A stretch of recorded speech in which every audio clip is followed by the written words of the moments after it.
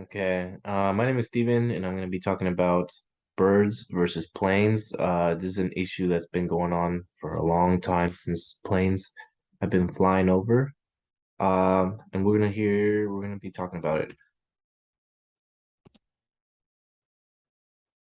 Okay, so this is the intro.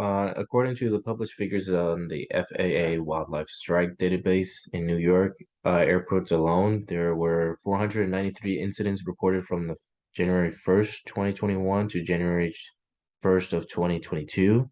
This is more than one per day. 97% of the bird strikes occur at airports during takeoff and landing.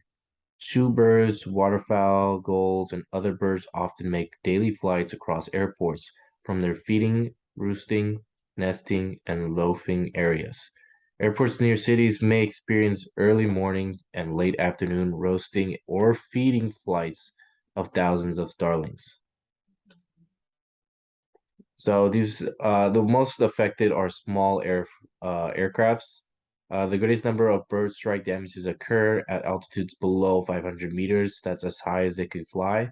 The Cessna Skyhawk is one of the most famous aircrafts that is used. Small propeller-driven aircrafts are most likely to experience the hazard effects of striking a structural damage, such as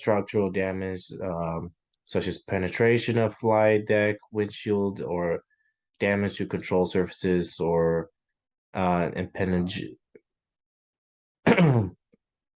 With smaller fixed-wing aircraft, windshields penetrations may result to injury to pilots and other persons on board, and has sometimes led to a loss of control. Cause, Causes of difficulty is impact damage to the extend, landing gear assemblies, and flight, which can lead to sufficient malfunction of brakes or nose gear steering systems to cause directional control problems during a landing. Small aircraft preparations. So before small aircraft can flying a multi-engine aircraft involves more efficiency from the pilot, which each aircraft comes a different checklist, and multi-engine checklist provides additional tasks to complete it in comparison. When flying a single-engine aircraft, pilots are consistently looking for a place to land should the engine fail. With twin engines, similarly, pilots are extra alert and remaining vigilant in the event of an engine failure. Preparing for a flight in both aircraft types are largely the same, but with more throughout pre-flights in a comparison to single engine, there are additional performances data to input in the risk assessment. Weight and balance are also calculated using different graphs depending on the aircraft.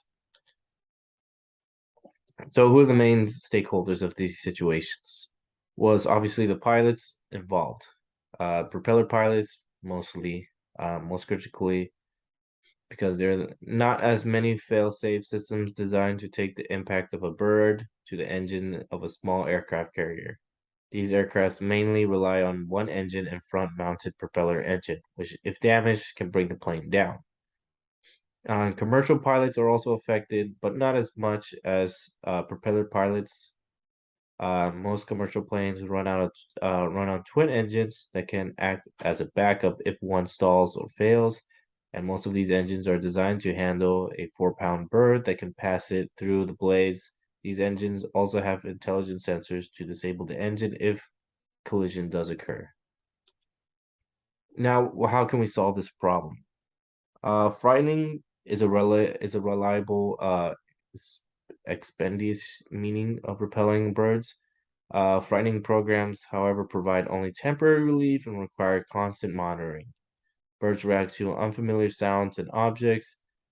The use of shooting to reinforce frightening techniques can be effective and should occur simultaneously with scare devices, often enough to maintain fear in the birds.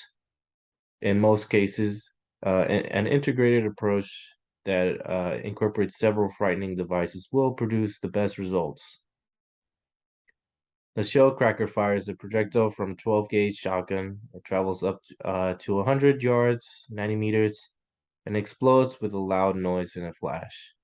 Noise bombs are similarly and can supplement shell crackers, but their range is much shorter. Rocket bombs are propelled by special pistols and travel approximately 100 yards. They do not explode. All of these do not cause any physical harm to these birds.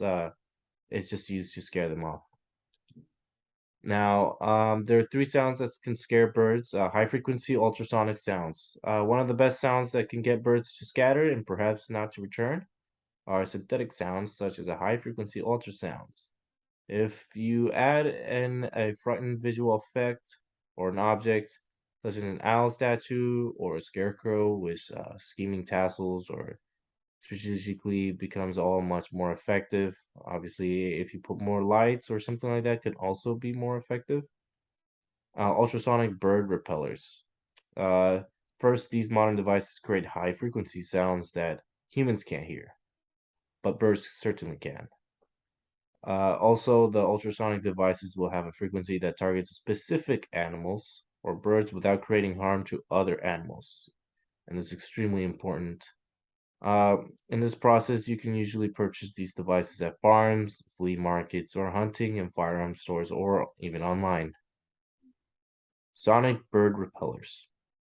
Again, setting off some firecrackers will set a bird and their chipper neighborhoods on their way to another tree, but your neighbors might not appreciate the same wake-up call.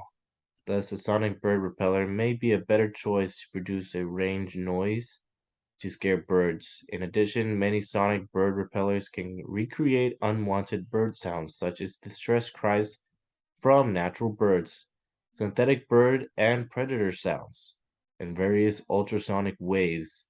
These scary sounds ensure birds do not get used to a single sound, which is extremely important. Now, hopefully, all of this could bring a better tomorrow, and the effort and collaborations with government and with private companies could also make it easier for everyone. So we could save pilots and bird lives. With the use of different kinds of detergents, we can make a difference and reduce the total amount of birds and pilot collisions, and hopefully make a change. And that's the end of my presentation. Thank you.